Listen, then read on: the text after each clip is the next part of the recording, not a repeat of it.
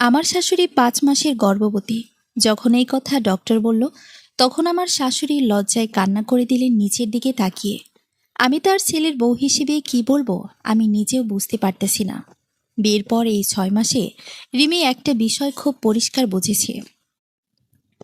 তার শাশুড়ি সালমা বেগম এবারই শুধু অভিভাবকই নন, এই ইটপাথরের দালানের তিনি এক পোষলা শান্তির বৃষ্টির মতন শান্ত, মৃতভাষী আর ভীষণ পর্দানশীল এই মহিলা ৪৬ বছর বয়সেও যেন আভিজাত্য ধরে রেখেছেন।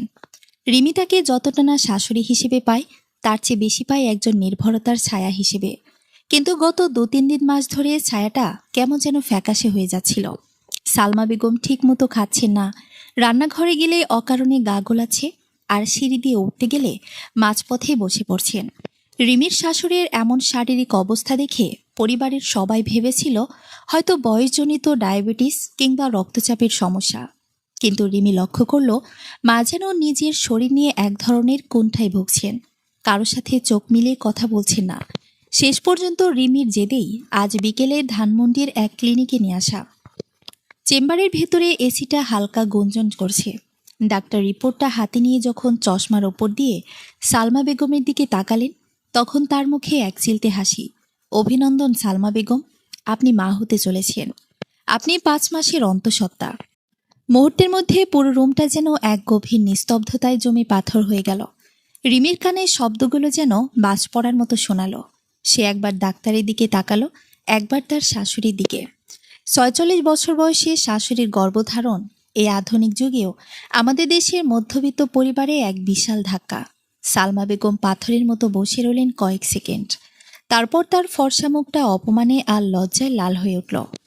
কাপা কাপা হাতে গায়ের বড় চাদরটা টেনে মুখ ঢেকে ফেললেন তিনি।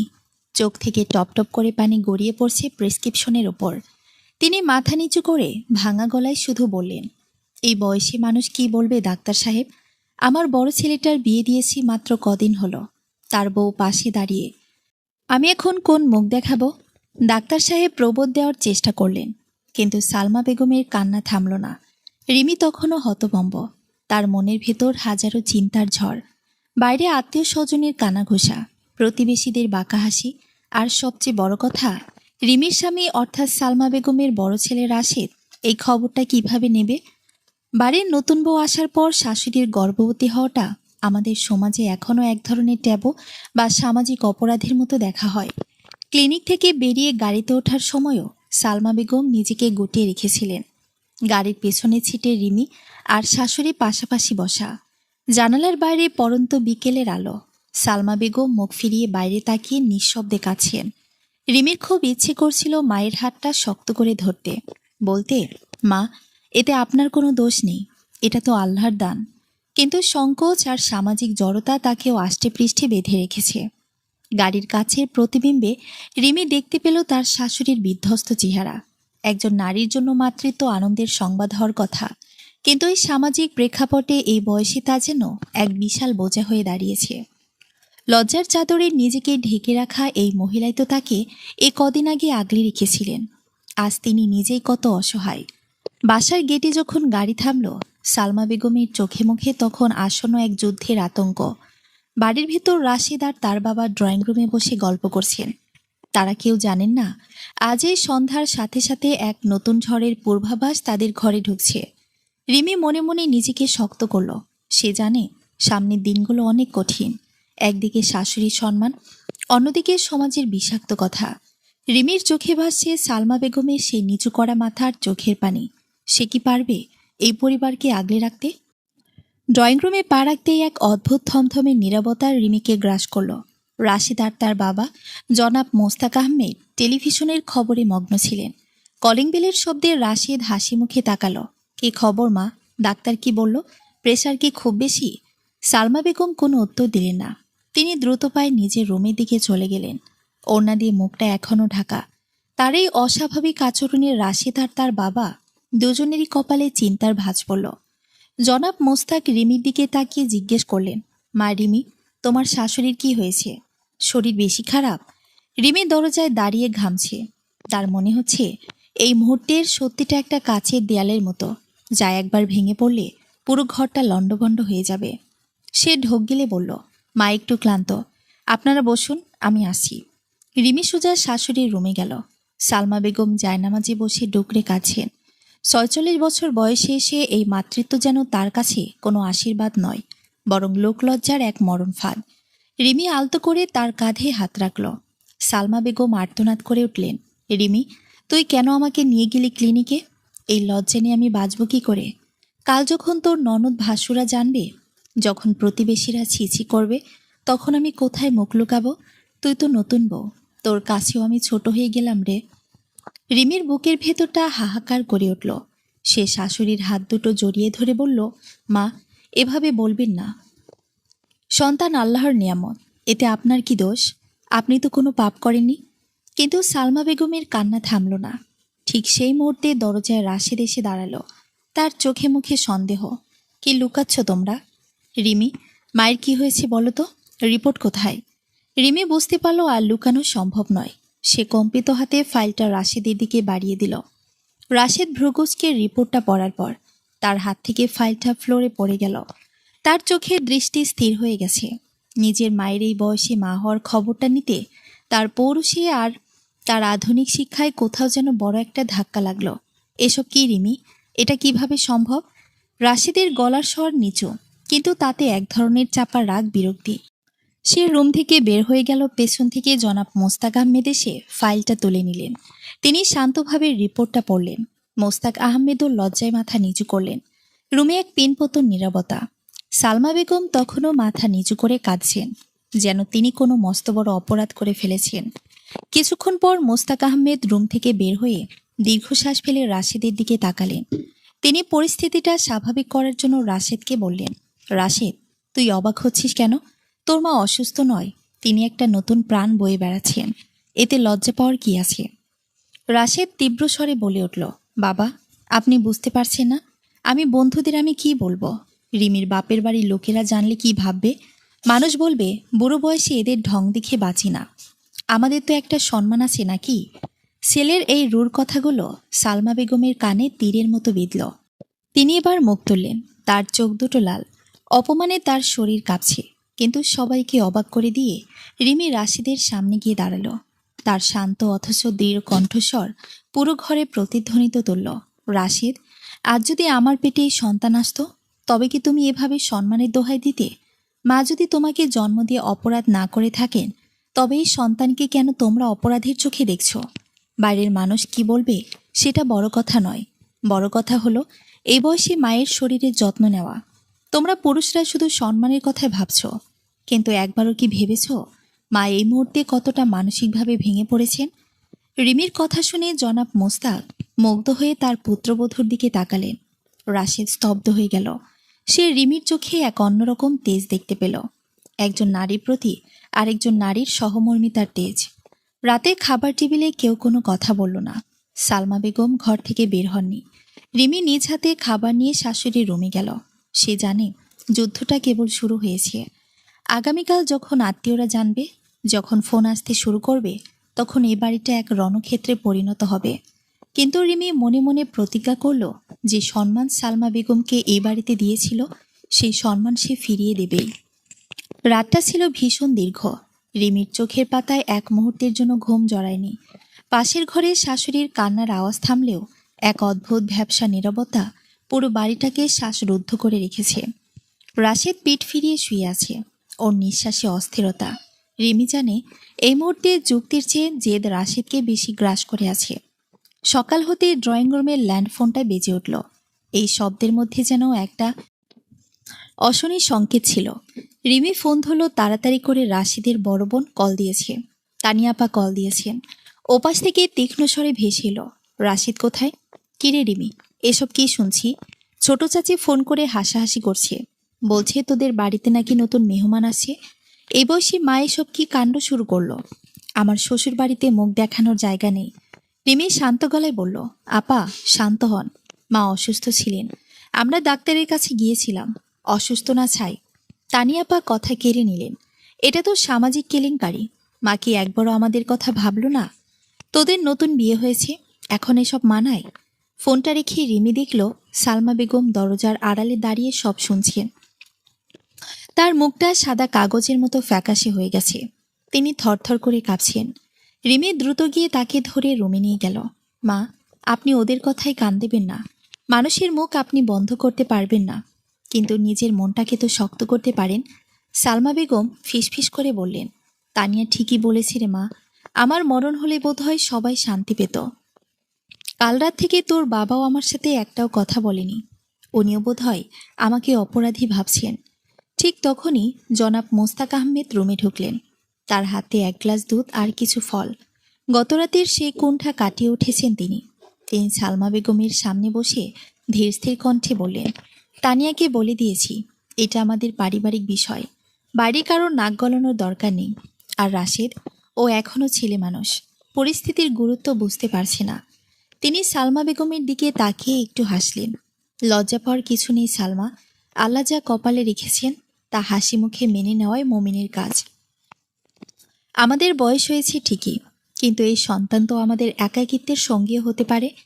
স্বামীর এই আশ্বাসে সালমা বেগমের চোখের কোণে আবার জল জমল। তবে এবার সে জলে কৃতজ্ঞতা ছিল, কিন্তু ঝড়ের তখনও বাকি ছিল। দুপুর গড়াতেই ড্রয়িং রুমে হাজির হলেন পাড়ার মুরব্বি গোছের দুই মহিলা আর রাশিদের ছোট চাচি। তাদের আসার উদ্দেশ্য সমবেদনা জানানো নয়, বরং কৌতূহলী হয়ে কাটা ঘায়ে নুনের ছিটা দেওয়া। ছোট চাচি বাঁকা হেসে বললেন, বলি ভাবি, খবর তো রাষ্ট্র হয়ে গেছে। এই বয়সে এসব সামলাবেন কি করে? লোকে তো হাসাহাসি করছে। রিমিমা, তুমি তো নতুন বউ, তোমার বুঝি খুব লজ্জা লাগছে? রিমি ড্রয়িং রুমে এসে শক্ত হয়ে দাঁড়ালো। সে বুঝতে পারল আজ যদি সে প্রতিবাদ না করে তবে এই মহিলারা তার শাশুড়িকে মানসিকভাবে মেরে ফেলবেন। রিমি হাসি মুখে ট্রে হাতে এগিয়ে গেল। চাচিমা, লজ্জা লাগবে কেন? মা তো কোনো অন্যায় করেনি। আর যারা হাসাহাসি করছে তাদের বোধহয় জানা নেই যে মাতৃত্ব আল্লাহর দেওয়া সবচেয়ে বড় সম্মান। আমার শাশুড়ি মা এই বয়সে যে সাহস দেখাচ্ছেন সেটা তো প্রশংসার দাবি রাখে। বরং যারা এই পবিত্র বিষয় নিয়ে আড়ালে কথা বলছে, লজ্জা তো তাদের পাওয়া উচিত। রিমির স্পষ্ট জবাবে ঘরের ভেতর এক নিমিষেই পিনপতার নীরবতা নেমে এলো। মহিলারা একে অপরের মুখ চাওয়াচাই করতে লাগলেন। এমন করা জবাব তারা এই শান্ত স্বভাবের রিমির কাছ থেকে আশা করেনি। ওদিকে রাশেদ ড্রয়িং রুমের বাইরে দাঁড়িয়ে সব শুনছিল। রিমির যুক্তি আর সাহসিকতা থেকে ভেতরে ভেতরে নাড়িয়ে দিল। সে দেখল যে সমাজ আর সম্মানের ভয়ে সে কুঁকড়ে আছে, সেই সমাজকে এক তরিতে উড়িয়ে দিচ্ছে তার স্ত্রী। বিকালে রাশেদ ড্রয়িং রুমে ঢুকে সবার সামনে বাবার পাশে বসল।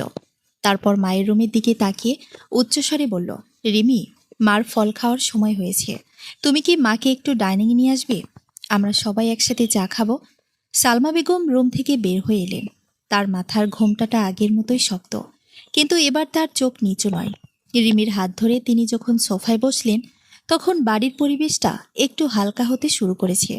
বাড়ির মানুষ হয়তো এখনো কথা বলছে, কিন্তু ঘরের ভেতরটা যদি পাথরের মতো শক্ত হয় তবে কোনো ঝড়ই তাদের ক্ষতি করতে পারবে না। পরের কয়েকটা দিন বাড়ির আবহাওয়াটা যেন বর্ষার আগের গরমের মতো মনে রইল। বাইরের লোকজন আর আত্মীয় স্বজনের কানাঘুষা আগুনের মতো ছড়িয়ে পড়েছে। রাশেদ আগের মতো মায়ের সাথে খুব একটা কথা বলছে না। অফিস থেকে ফিরে সোজা নিজের রুমে ঢুকে যাচ্ছে। এমনকি খাবারের টেবিলেও সে ভীষণ নীরব। তার এই দূরত্ব সালমা বেগমকে করে করে খাচ্ছে। তিনি বুঝতে পারছেন তার গর্ভধারণের খবরটা রাশেদের অহংকারে আর সামাজিক সম্মানে বড় ধরনের আঘাত করেছে। সকাল 10টা নাগাদ কলিং বেলের কর্কশ শব্দে রিমির তন্দ্রা ভাঙল। দরজা খুলতে দেখল তানিয়াপা দাঁড়িয়ে, পরনে দামি জর্জের শাড়ি, চোখে মুখে চরম বিরক্তি আর ঘৃণা। ড্রয়িং রুমে ঢুকে তিনি চিৎকার শুরু করলেন, মা কোথায়? মা! সালমা বেগম রান্নাঘর থেকে ভয়ে ভয়ে বেরিয়ে এলেন। তানিয়াপা তার সামনে গিয়ে দাঁড়ালেন। গলার স্বর সপ্তমে চড়িয়ে বললেন, মা, তুমি কি পাগল হয়ে গেছো? এই বুড়ো বয়সে এসব নোংরামি করার আগে একবারও আমাদের কথা ভাবলে না? আমার শ্বশুরবাড়ির লোকজন হাসাহাসি করছে। তারা বলছে তানিয়ার মায়ের নাকি ভীমরতি ধরেছে। আমার ছোট ননদের বিয়ে ভেঙে যাওয়ার উপক্রম হয়েছে আমাদের পারিবারিক কেলেঙ্কারির জন্য। সালমা বেগম মাথা নিচু করে দাঁড়িয়ে রইলেন। তার চোখ দিয়ে অজর ধারায় পানি পড়ছে। তিনি শুধু বললেন, তানিয়া, তুই নিজের মাকে এভাবে বলতে পারলি? কেন বলবো না? তানিয়া এবার আরো কঠোর হলেন। এখনো সময় আছে মা, মাত্র 5 মাস। আমি একটা ভালো গাইনোকোলজিস্টের সাথে কথা বলেছি। কাল সকালে ক্লিনিকে চলো, এই আপদ বিদায় করতে হবে। লোকে জানবে তোমার পেটে টিউমার হয়েছিল। সেটার অপারেশন হয়েছে। দয়া করে আমাদের আর ছোট করো না। রুমের কোণ থেকে রাশেদ বেরিয়ে এলো। সে তানিয়াপার কথাগুলো শুনছিল। তার চোখে মুখেও এক ধরনের দ্বিধা। সে তানিয়াকে থামালো না, বরং চুপ করে দাঁড়িয়ে রইল। রিমির বুকটা ফেটে যাচ্ছিল। সে দ্রুত সামনে এগিয়ে এসে তানিয়া আপার মুখোমুখি দাঁড়ালো। আপা, আপনি শিক্ষিত হয়ে নিজের মাকে এই খুনের পরামর্শ দিচ্ছেন কিভাবে? এটা তো কোনো আপদ নয়, এটা একটা জীবন। রিমির গলার স্বর রাগে কাঁপছিল। তানিয়াপা রিমির দিকে তেড়ে এলেন। তুমি নতুন বউ, তুমি চুপ থাকো। আমাদের ফ্যামিলি ম্যাটারে কথা বলতে এসো না। রাশেদ, তুই কিছু বলছিস না কেন? তুই কি চাস এই লজ্জার বোঝা সারা জীবন বয়ে বেড়াতে? রাশেদ একবার মায়ের দিকে তাকালো, একবার তানিয়ার দিকে। তারপর খুব নির্লিপ্ত গলায় বলল, তানিয়াপা যা বলছে সেটা হয়তো এই মুহূর্তে আমাদের সম্মানের জন্য ঠিক। মা, আপনি কিন্তু বুঝতে পারছেন না, আমরা রাস্তায় বের হতে পারছি না। রাশেদের সমর্থন পেয়ে তানিয়াপা আরও সাহসী হলেন। তিনি সালমা বেগমের হাত ধরে টানতে চাইলেন, চলো আমার সাথে, আজই আমরা সব ব্যবস্থা করব। ঠিক তখনই রিমি চিৎকার করে উঠল, খবরদার, মায়ের গায়ে হাত দেবেন না। আপনারা কি মানুষ নাকি পিশাচ? যে মা আপনাদের তিলে তিলে বড় করেছেন, আজ তার অসহায়ত্বের সুযোগ নিয়ে আপনারা তার মাতৃত্ব কেড়ে নিতে চাইছেন। রিমি রাশেদের দিকে ঘুরে দাঁড়িয়ে বলল, রাশেদ, তুমি আর চুপ করে আছো মানে? তুমি এই খুনে সায় দিচ্ছ? মনে রেখো, আজ যদি মায়ের এই সন্তানকে তোমরা অস্বীকার করো, তবে একদিন তোমাদের নিজের সন্তানও তোমাদের এভাবে অস্বীকার করবে। রাশেদ রিমির চোখের আগুনের দিকে তাকিয়ে মাথা নিচু করল। সে ঘর থেকে বের হয়ে গেল, কিন্তু আমার মায়ের দিকে একটাবার ফিরেও তাকালো না। সে যেন নিজের সাথে যুদ্ধ করছে, কিন্তু সেই যুদ্ধে তার সামাজিক সম্মানটাই জয়ী হচ্ছে বারবার। সারাদিন বাড়িতে কারো মুখে কোনো দানা পড়ল না। তানিয়াপা জেদ ধরে বসে আছেন, কালই অপারেশন করাবেন। সালমা বেগম জায়নামাজে বসে কাঁদছেন। সন্ধ্যার দিকে হঠাৎ দেখা গেল সালমা বেগম ফ্লোরে পড়ে আছেন। তার পেট চেপে ধরে যন্ত্রণায় ছটফট করছেন। রিমি দৌড়ে এলো, মা, মা কি হয়েছে? সালমা বেগমের মুখ নীল হয়ে গেছে, কপালে বিন্দু বিন্দু ঘাম। প্রচণ্ড ব্যথায় তিনি কথা বলতে পারছেন না। তানিয়াপার রাশেদও ছুটে এলো। রিমির মনে এক ভীষণ ভয় জেঁকে বসল। তবে কি মানুষের এই অভিশাপ আর মানসিক চাপে বাচ্চাটার কোনো ক্ষতি হয়ে গেল? রাশেদ তখনও মায়ের দিকে যেতে সংকোচ বোধ করছিল, কিন্তু রিমির ধমকে সে সম্বিত ফিরে পেল। রাশেদ, দাঁড়িয়ে দেখছো কি? মাকে তাড়াতাড়ি হাসপাতালে নিয়ে চলো। অন্ধকার রাতের নিস্তব্ধতা চিরে গাড়িটা হাসপাতালের দিকে ছুটল। গাড়ির ভেতর সালমা বেগম নিস্তেজ হয়ে পড়ে আছেন রিমির কোলে। রাশেদ স্টিয়ারিং ধরে আছে ঠিকই, কিন্তু তার চোখের কোণে এবার এক ফোঁটা পানি দেখা গেল। তবে কি মায়ের এই বিপদে তার সেই পুরুষালী সম্মান ধুলোয় মিশে গেল? হাসপাতালের করিডোর জুড়ে এক থমথমে নীরবতা। সাদা দেয়ালগুলো যেন সালমা বেগমের যন্ত্রণার সাক্ষী হয়ে দাঁড়িয়ে আছে। লেবার রুমের বাইরে রিমি অস্থির হয়ে পায়চারি করছে। রাশেদ করিডোরের শেষ মাথায় জানালার গ্রিল ধরে বাইরের অন্ধকারের দিকে তাকিয়ে আছে। তানিয়াপা সোফায় বসে বারবার ফোন চেক করছেন। হয়তো ভাবছেন শ্বশুর বাড়িতে কি কৈফত দেবেন, কিন্তু কারো মুখে কোনো কথা নেই। ঘণ্টাখানেক পর ডাক্তার বের হয়ে এলেন, মুখ ভর্তি উদ্বেগের ছায়া। রাশেদ দ্রুত এগিয়ে গেল, ডাক্তার সাহেব, আমার মা, মা ঠিক আছেন তো? ডাক্তার দীর্ঘশ্বাস ফেলে রাশেদের দিকে তাকালেন। পেশেন্টের অবস্থা খুব একটা ভালো নয়। প্রচণ্ড মানসিক চাপ আর রক্তচাপ বেড়ে যাওয়ার ইন্টারনাল ব্লিডিং শুরু হয়েছে। 5 মাসের প্রেগনেন্সিতে এটা মা এবং বাচ্চা উভয়ের জন্যই প্রচণ্ড ঝুঁকিপূর্ণ। আমরা চেষ্টা করছি, কিন্তু আগামী 24 ঘন্টা খুব ক্রুশিয়াল। কথাটা শুনে রাশেদ যেন পায়ের তলার মাটি হারিয়ে ফেলল। যে মা তাকে তিল তিল করে আগলে রেখে বড় করেছেন, আজ সেই মা মৃত্যুর সাথে পাঞ্জা লড়ছেন। আর এর পেছনে প্রত্যক্ষ বা পরোক্ষভাবে সে নিজেও দায়ী। রাশেদ ধপ করে করিডোরের চেয়ারে বসে পড়ল। তার দুহাতে মুখ ঢেকে ডুকরে কেঁদে উঠল সে। রিমি রাশেদের পাশে গিয়ে দাঁড়ালো। তার চোখে জল থাকলেও কণ্ঠস্বর ছিল কঠোর। এখন কেঁদে কি হবে রাশেদ? আজ সারা দিন তোমরা যে ব্যবহার মায়ের সাথে করেছো, যে লোকলজ্জার দোহাই দিয়ে ওনাকে মেরে ফেলতে চেয়েছো, এই পরিস্থিতি তো তারই ফল। মা আজ লড়ছেন শুধু নিজের জন্য নয়, তোমাদের অবহেলার বিরুদ্ধেও। তানিয়াপা ওপাশ থেকে উঠে এলেন। রিমি, তুমি কি এখন আমাদের দোষ দিচ্ছ? আমরা তো পরিবারের সম্মানের কথা ভেবেছিলাম। পরিবারের সম্মান? রিমি এবার তানিয়াপার চোখের দিকে তাকিয়ে বলল, আপা, যে সম্মান মায়ের জীবনের চেয়ে বড় হয়ে যায়, সেই সম্মান তো আসলে একটা বোঝা। মা যদি আজ না থাকেন, তবে আপনার শ্বশুরবাড়ির আভিজাত্য কি মাকে ফিরিয়ে দেবে? আপনি তো নিজের স্বার্থে গর্ভপাতের কথা বলেছিলেন। এখন কি শান্তি পাচ্ছেন? তানিয়া আপা নিস্তব্ধ হয়ে গেলেন।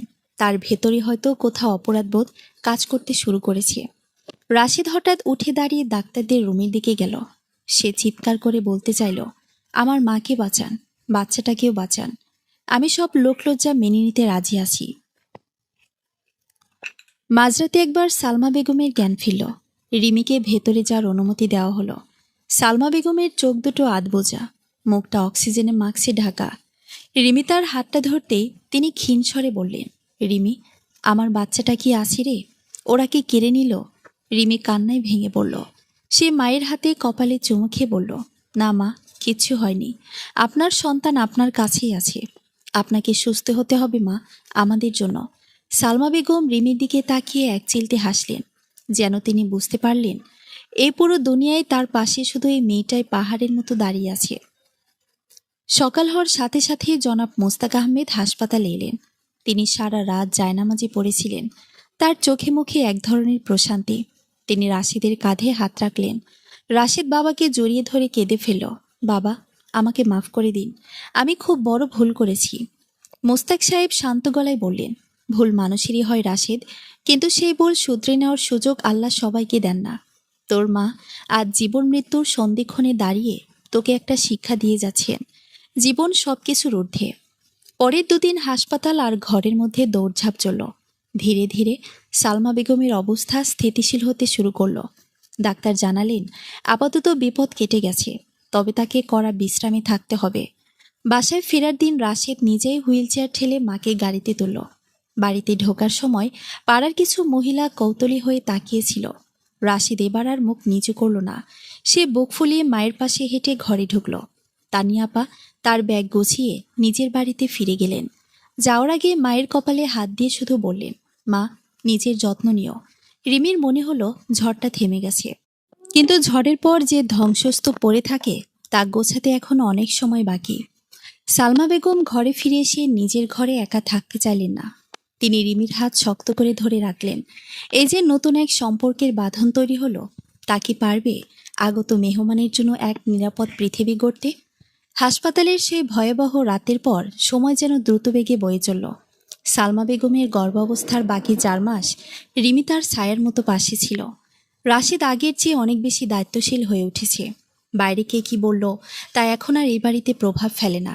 রাশিদ নিজে এখন নিয়ম করে মায়ের চেকআপের জন্য ক্লিনিকে নিয়ে যায়। প্রতিবেশীদের বাঁকা চাহনি এখন সে এক তাচ্ছিলের হাসিতে উড়িয়ে দিতে শিখেছে। অবশেষে সেই শুভক্ষণটি এলো।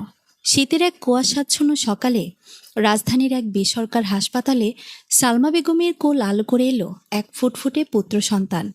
৪৬ বছর বয়সে মা হওয়াটা যতটা ঝুঁকিপূর্ণ ছিল, সৃষ্টিকর্তার অশেষ কৃপায় সব বাধা পেরিয়ে মা ও শিশু দুজনেই সুস্থভাবে ঘরে ফিরল। তানিয়া পা খবর পেয়ে ছুটে এলেন। যে ভাইটিকে তিনি একসময় আপদ বলেছিলেন, তাকে কোলে নিতেই তার দুচোখ ভিজে উঠল। ছোট্ট শিশুর সে নিষ্পাপ মুখের দিকে তাকিয়ে তানিয়া পার যাবতীয় আভিজাত্য আর সামাজিক অহংকার মুহূর্তেই ধুলোয় মিশে গেল। তিনি বারবার বাচ্চার কপালে চুমু খেয়ে বললেন, আমার ভাইটা ঠিক রাশিদের মতো হয়েছে দেখতে। 2 বছর পর বিকেলের হালকা রোদে ড্রয়িং রুমটা গমগম করছে। বাড়ির পরিবেশ এখন আমূল বদলে গেছে। সেই থমথমে নীরবতা এখন অতীত, বরং বাড়ির প্রতিটি কোণ এখন খুদে সদস্যদের পদচারণার মুখরিত। রাশিদ অফিস থেকে ফিরে এলেও বেল বাজানোর আগে দরজার আড়াল থেকে শোনা যায় ছোট ছোট পায়ের শব্দ। সালমা বেগম সোফায় বসে হাসি মুখে দেখছেন তার 2 বছরের ছেলেকে। ছেলেটির নাম রাখা হয়েছে আরিয়ান। আরিয়ান এখন টলমল পায়ে সারা ঘর জুড়ে হেঁটে বেড়ায়। সে এখন এই বাড়ির প্রাণভোমরা, সবার চোখের মণি।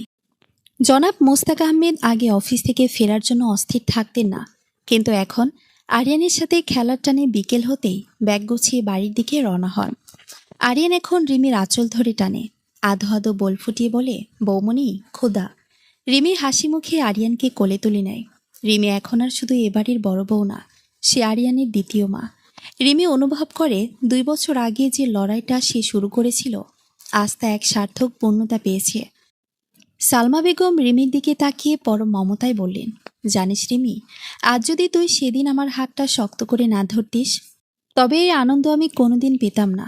তোকে শুধু ছেলের বউ নয়, আমি নিজের মেয়ে হিসেবেও আজ গর্ব করি। রাশেদ এসে আরিয়ানকে রিমির কোল থেকে নিজের কাঁধে তুলে নিল। রাশেদের চোখে এখন আর কোনো সংকোচ নেই, বরং এক গর্বিত ভাইয়ের তৃপ্তি।